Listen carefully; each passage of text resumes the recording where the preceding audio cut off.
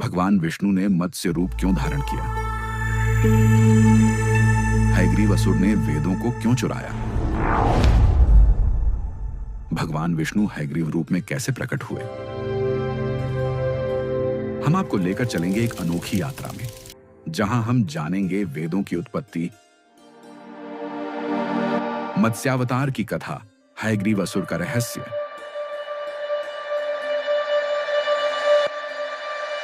हयग्रीव रूपी विष्णु का उदय और कैसे प्रलय के बाद सृष्टि की पुनः उत्पत्ति हुई। लेकिन कहानी शुरू करने से पहले अगर आप हमें सपोर्ट करना चाहते हैं तो चैनल को सब्सक्राइब और वीडियो को लाइक जरूर करें और कमेंट में लिखें ओम नमो वासुदेवाय। अनादिकाल से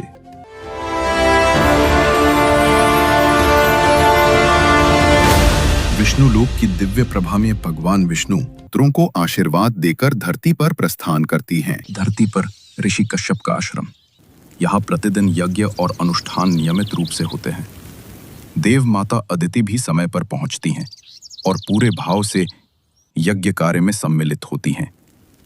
ये उनका नित्य धर्म है, पति का संग देना और धर्म कार्य में सहभागी होना। हे देव माता अदिति, जब मैं मंत्रोच्चार करता हूँ तो मुझे स्वर्ग सभा का दृश्य याद आता है।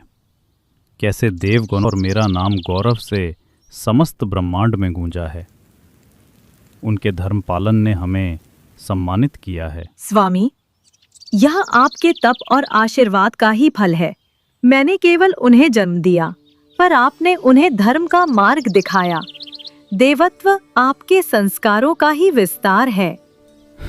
हाँ, पर जितना मेरा नाम देवों ने ऊंचा किया है, उतना ही दनु के हयग्रीव ने उसे कलंकित किया है। उसका अहंकार और दंभ धर्म को बार बार लांघने का प्रयास करता है। असुर केवल शक्ति में विश्वास करते हैं। उसके हृदय में धर्म के लिए कोई स्थान नहीं है। इसीलिए उनके तेज में प्रकाश नहीं, केवल दहन है। दानु का पुत्र हयग्रीव, मुझे आशंका है देव माता, वह गर्व और अहंकार में इतना डूब चुका है, उसकी प्यास केवल सत्ता है और उसी लालसा में वो समस्त ब्रह्मांड को अंधकार में ढकेल देगा। कश्यप आश्रम में यज्ञ संपन्न हो चुका है। मंत्रों की ध्वनि थम रही है, पर वातावरण अब भी पवित्रता से भरा है। ऋषि कश्यप और अदिति यज्ञ के फल और देवों के गौरव की चर्चा कर रहे हैं। इसी बीच आश्रम में दानव माता दनु आती हैं। दनु, यज्ञ संपन्न हो चुका है। तुम्हारी सभी बहनें यहां उपस्थित थीं, केवल तुम ही विलंब से पहुंची।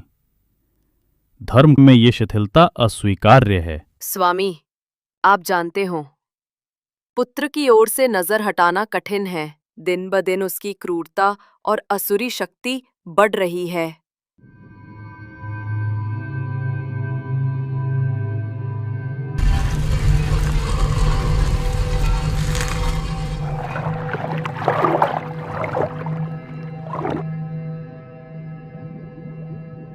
असुरराज हयग्रीव की जय! असुरराज हयग्रीव की जय!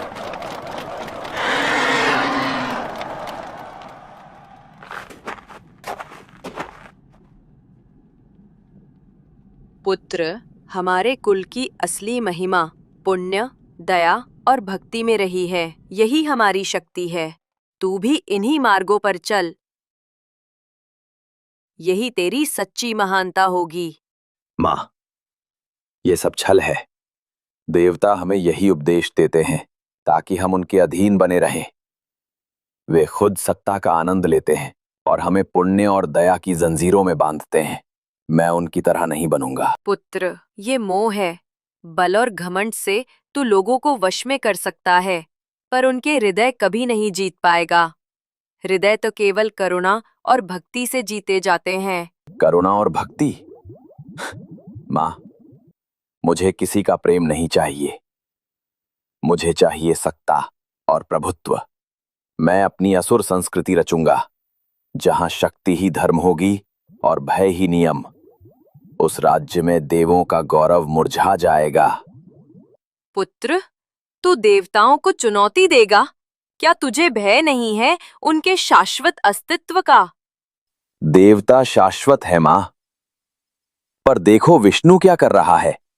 वो वेदों का ज्ञान मनुष्यों तक पहुंचा रहा है, तो वे भी देवताओं की तरह महानता प्राप्त करेंगे। मैं ये कदापि नहीं होने दूंगा। ज्ञान मेरा होगा और उसी के बल पर मैं संपूर्ण ब्रह्मांड पर अपना प्रभुत्व स्थापित करूंगा। तो क्या तू ज्ञान को रोकना चाहता है पुत्र? हाँ मां, ज्ञान ही सबसे बड़ी शक्ति है। वो मेरा होगा। मैं वेदों को बंधक बनाऊंगा ताकि न देवता न मनुष्य कोई भी मेरे बराबर न खड़ा हो सके। मैं ही सृष्टि का स्वामी कहलाऊंगा।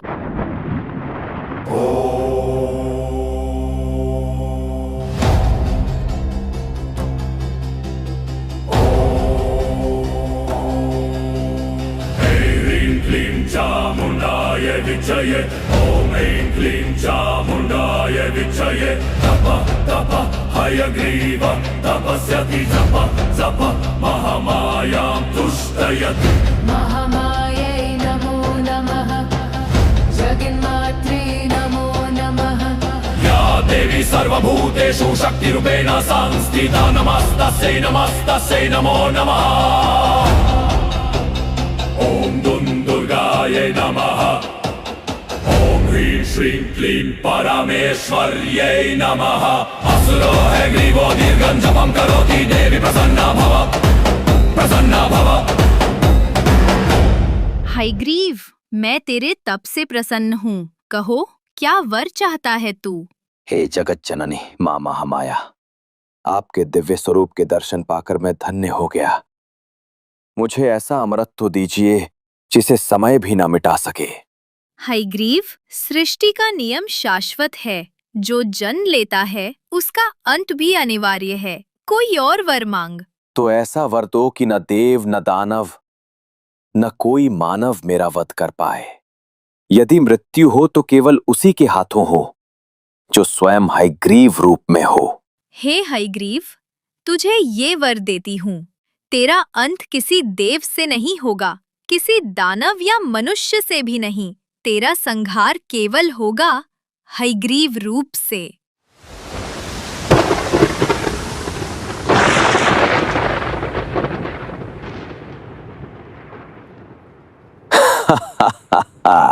अब मैं अजेय हूँ। विष्णु वेद मनुष्यों तक पहुंचा रहा है।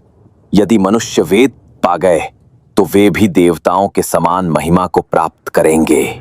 मैं ये कभी नहीं होने दूंगा। ज्ञान मेरा होगा, वेद मेरे अधीन होंगे और उसी ज्ञान से मैं संपूर्ण ब्रह्मांड पर अपना आधिपत्य स्थापित करूंगा। मैं अपनी दानव संस्कृति रचूंगा और संपूर्ण ब्रह्मांड पर राज करूंगा।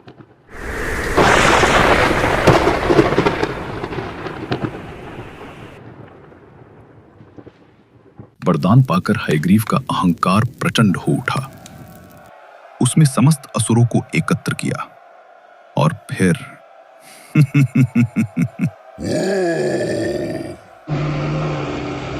आरंभ हुआ विनाश का तांडव। यज्ञ कुंड तोड़े गए, ऋषियों की तपस्या भंग कर दी गई, मंत्रों की गूंज मौन हो गई, पूजा अर्चना रोक दी गई। धरती पर पाप उमड़ पड़ा, अधर्म की बाढ़ छा गई। गांव-गांव, नगर-नगर हाहाकार मच गया। देवों की आराधना रुकी, धर्म का प्रकाश बुझ गया और संपूर्ण ब्रह्मांड गूंज उठा, त्राही त्राही त्राही। स्थान है ब्रह्मलोक। जहां सदा शांति थी, आज वहीं आकाश चिंता से घिरा है। चारों वेद अधीर हो उठे, एक दूसरे से पुकारने लगे, हम कब धरती पर भेजे जाएंगे, कब मानवता को ज्ञान देंगे। हे ब्रह्मदेव, हमें कब धरा पर भेजोगे? हाँ, कब भेजोगे? धरती पर पाप और अधर्म बढ़ गया है। यज्ञ भंग हो चुके हैं। अंधकार ने समस्त सृष्टि को घेर लिया है। क्या ऐसे समय वेदों को धरा पर भेजना उचित होगा? हे वेदों, तुम सृष्टि की जड़ हो, ज्ञान और धर्म का सार हो। पर जब तक ये अंधकार नहीं मिटता, जब तक विष्णु जी का संकेत नहीं आता, तुम्हें यहीं रुकना होगा। जब तक मैं लौट कर ना आऊं, तुम अपने स्थान से बाहर मत जाना। जब सृष्टिकर्ता ब्रह्मा जी कैलाश पर्वत पर भगवान शंकर से मिलने गए, परंतु उनकी अनुपस्थिति में एक महान संकट घटित हुआ। चारों वेद जो ज्ञान और धर्म का आधार हैं, असुर हयग्रीव ने चुरा लिए। कपट और अंधकार से भरे मन के साथ हयग्रीव उन्हें लेकर चला गया महासागर की गहराइयों में। वहां जल के नीचे स्थित अपने रहस्यमयी राज्य में उसने वेदों को छिपा दिया, मानो दिव्य ज्ञान को अंधकार में कैद करना चाहता हो। वेदों के बिना सत्य का प्रकाश बुझने लगा, सृष्टि का संतुलन डगमगाने लगा। यही वो अध्याय था जब संपूर्ण ब्रह्मांड को ईश्वरीय हस्तक्षेप की प्रतीक्षा थी, क्योंकि केवल परम सत्ता ही उस पावन ज्ञान को पुनः स्थापित कर सकती थी।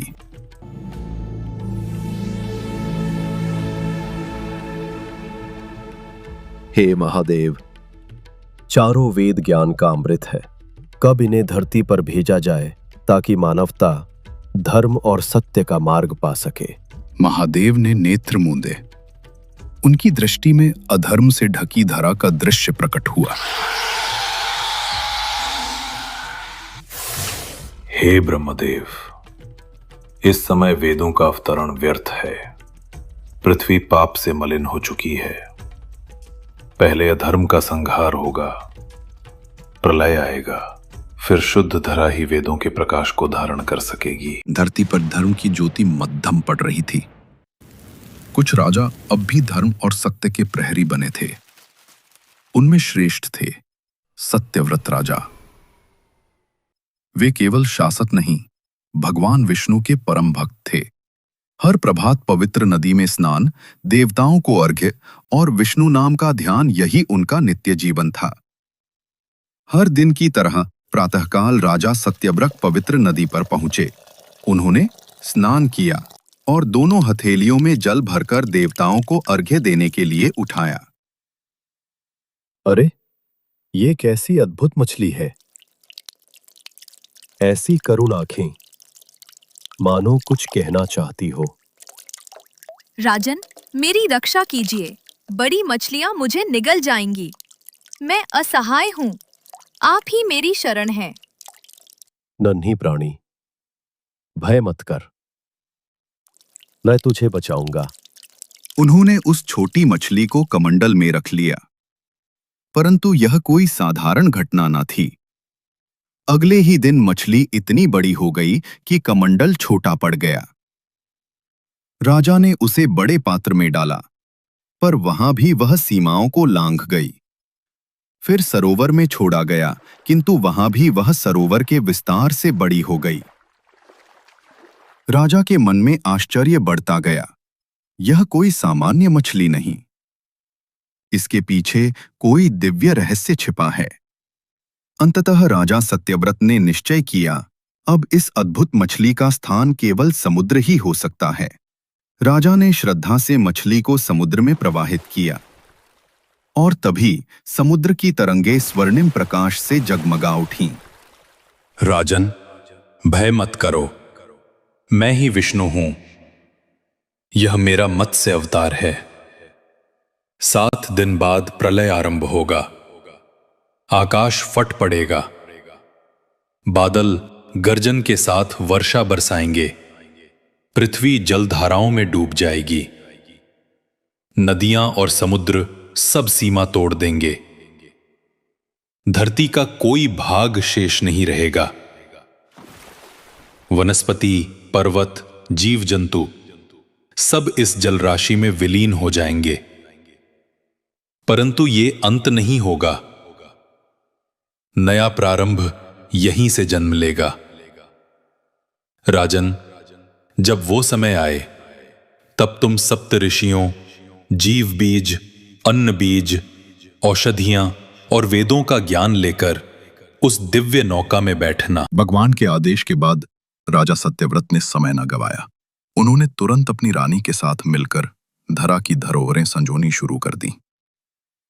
ऋषियों के आश्रमों से ज्ञान और वेद संहिताएं जंगलों से औषधियां और जड़ी बूटियां, खेतों से अन्न और बीज, गायों से प्राप्त जीवनदायिनी दुग्ध परंपरा और पृथ्वी पर बसे प्रत्येक जीव का बीज रूप, सब कुछ एकत्र किया गया। सप्त ऋषियों को भी साथ लिया गया, क्योंकि वही धर्म और ज्ञान की परंपरा के वाहक थे। राजा और रानी दिन रात लगन से इन अमूल्य निधियों को संजोते रहे। हर वस्तु को नौका के लिए सुरक्षित रखा गया, और फिर वो दिन निकट आने लगा जिसकी चेतावनी स्वयं भगवान विष्णु ने दी थी। भूमंडल से भी परे, आकाश गंगा के पार, अवसागर महासिंधु के अथाह शून्य में भगवान विष्णु 10,000 वर्षों से महासंग्राम में लीन थे।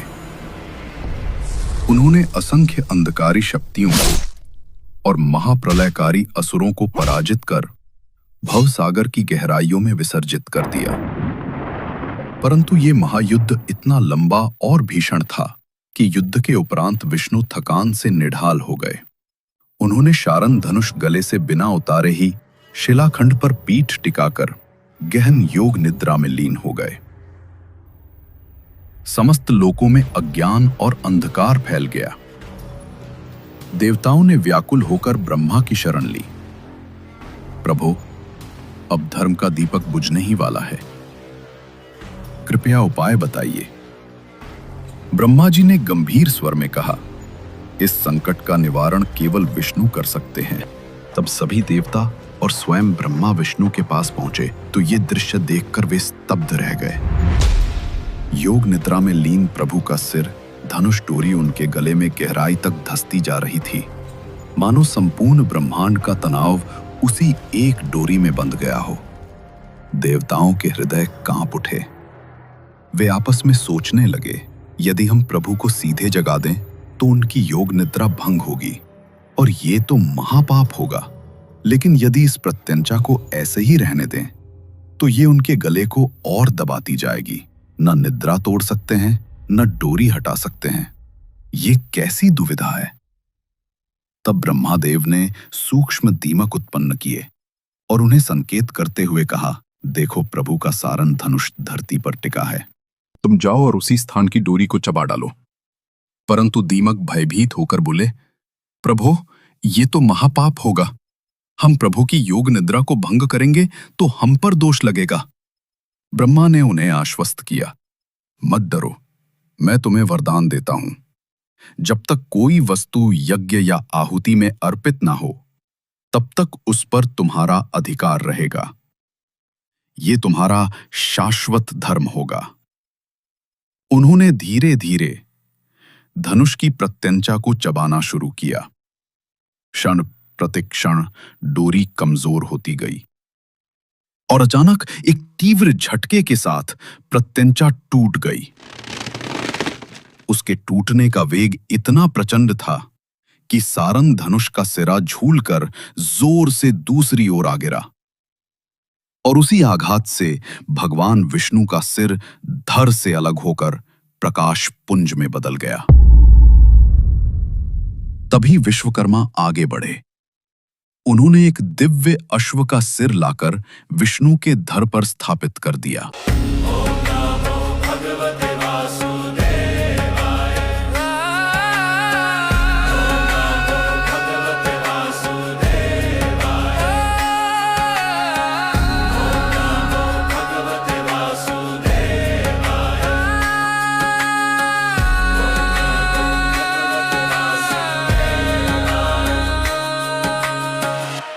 हे देवताओं, ये सब मेरी ही लीला थी। दैत्य हयग्रीव को देवी महामाया से ये वरदान प्राप्त था कि उसका वध न किसी देवता से हो सकता था, न किसी असुर से, और न ही किसी मनुष्य से। उसका अंत केवल हयग्रीव रूप से ही संभव था, और इसलिए मैं इस अश्वमुखी हयग्रीव स्वरूप में प्रकट हुआ हूं, ताकि उसके अधर्म का संहार करूं और वेदों की पुनः रक्षा करूं। अब इस हयग्रीव रूप में मैं उस दैत्य का विनाश करूंगा। 7 दिन बीत चुके थे और वो क्षण आ पहुंचा जिसकी चेतावनी स्वयं भगवान ने दी थी। आकाश अब भयावह हो उठा। बादल गर्जना के साथ फटने लगे। बिजलियों की चमक मानो आकाश और धरती के बीच अंतिम संवाद कर रही थी। नदियां और समुद्र अपनी सीमा तोड़कर धरती को पूरी तरह डुबाने लगे। हर जीव भय से कांप रहा था। ये था महाप्रलय, जहां हर दिशा में बस जल ही जल था। महाराज, ये तो अंत जैसा प्रतीत हो रहा है। क्या हम जीवित बचेंगे? मत भय करो, नारायण ने वचन दिया है, वे हमें इस प्रलय से पार कराएंगे। ओम नमो भगवते वासुदेवाय। हे प्रभु, अपनी लीला से हमारी रक्षा कीजिए। नौका प्रलय की प्रचंड लहरों पर डगमगा रही थी। हर प्राणी भयभीत था, परंतु राजा रानी और सप्तऋषियों का विश्वास अटूट था कि विष्णु स्वयं अपने वचन के अनुसार इस प्रलय में धर्म और जीवन की रक्षा करेंगे।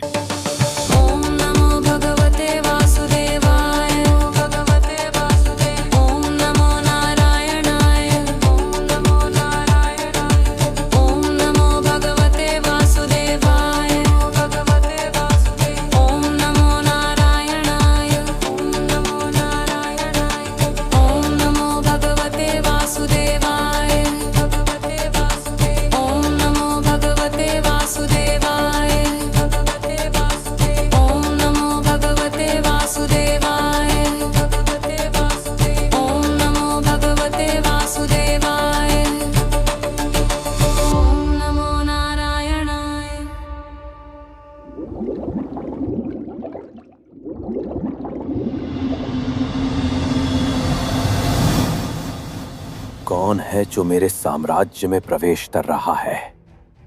यह सिर्फ अंधकार का राज है। हयग्रीव, ज्ञान को कैद करने का साहस तुझसे ही हो सकता था। मैं इन्हें मुक्त करने आया हूं। ये वेद अब किसी के नहीं, मैंने इन्हें जकड़ लिया है। ये सृष्टि की आत्मा हैं। तू इन्हें कैद कर कैसे सोच सकता है कि तेरे बन जाएंगे? सृष्टि की आत्मा?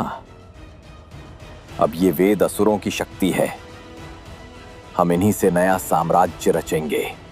वेद साम्राज्य बनाने के लिए नहीं, सृष्टि को चलाने के लिए हैं।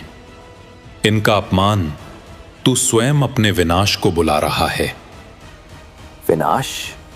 नहीं विष्णु, अब वेदों से युद्ध के मंत्र बनेंगे। हर सूक्त से दानव संस्कृति का जन्म होगा, धर्म का अंत होगा और असुरों का युग शुरू होगा। तेरा समय समाप्त हो चुका है हयग्रीव। वेद अब मुक्त होंगे और तेरा अंत निश्चित है। तो आ, लड़ मुझसे। देखते हैं कौन शक्तिशाली है, तेरा तथाकथित धर्म या मेरी असीम शक्ति। हे प्रभु, ये कैसी प्रचंड लहरें हैं, हमारी नौका टिक नहीं पाएगी। ओम नमो भगवते वासुदेवाय। ओम नमो भगवते वासुदेवाय। प्रभु, क्या हम सचमुच सुरक्षित किनारे पहुंच पाएंगे? रानी, धैर्य रखो। नारायण ने वचन दिया है, जब तक वे साथ हैं, हमें कुछ नहीं होगा। पर प्रलय की यह गर्जना मानो संपूर्ण पृथ्वी डूब रही हो। हाँ ऋषिवर, ये सृष्टि का अंत नहीं, एक नए आरंभ का संकेत है। अगर प्रभु ने हमें चुना है तो वे हमें अवश्य पार करेंगे। भीषण संघर्ष करते हुए मत्स्यावतार और हयग्रीव असुर समुद्र की लहरों को चीरते हुए ऊपर उठते हैं। युद्ध की तीव्रता में स्वयं मत्स्यावतार भी थकने लगते हैं।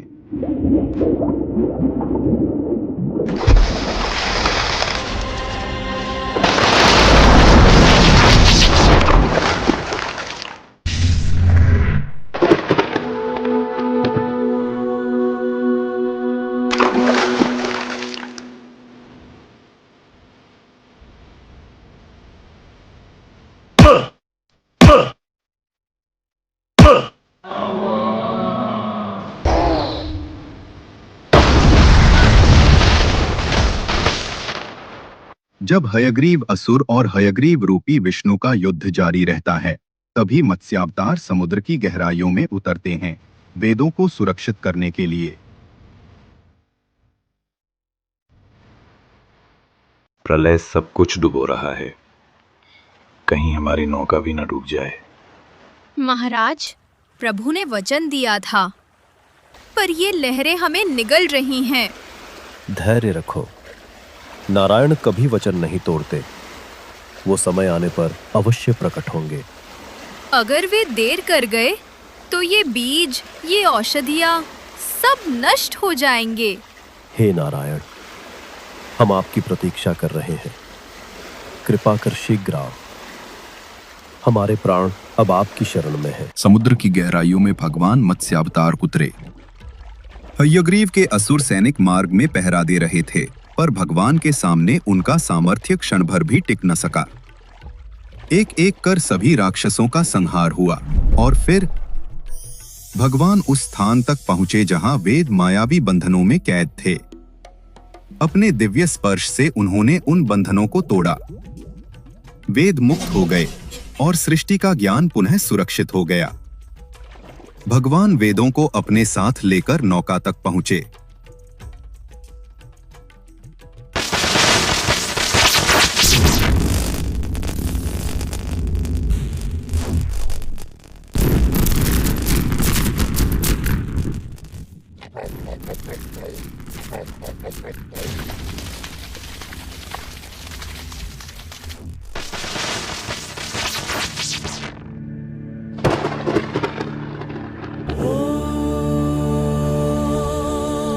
उग्रं वीरं महाविष्णुं ज्वलन्तं सर्वतोमुखम् हयग्रीवं भीषणभद्रं मृत्युं नमाम्यहम्।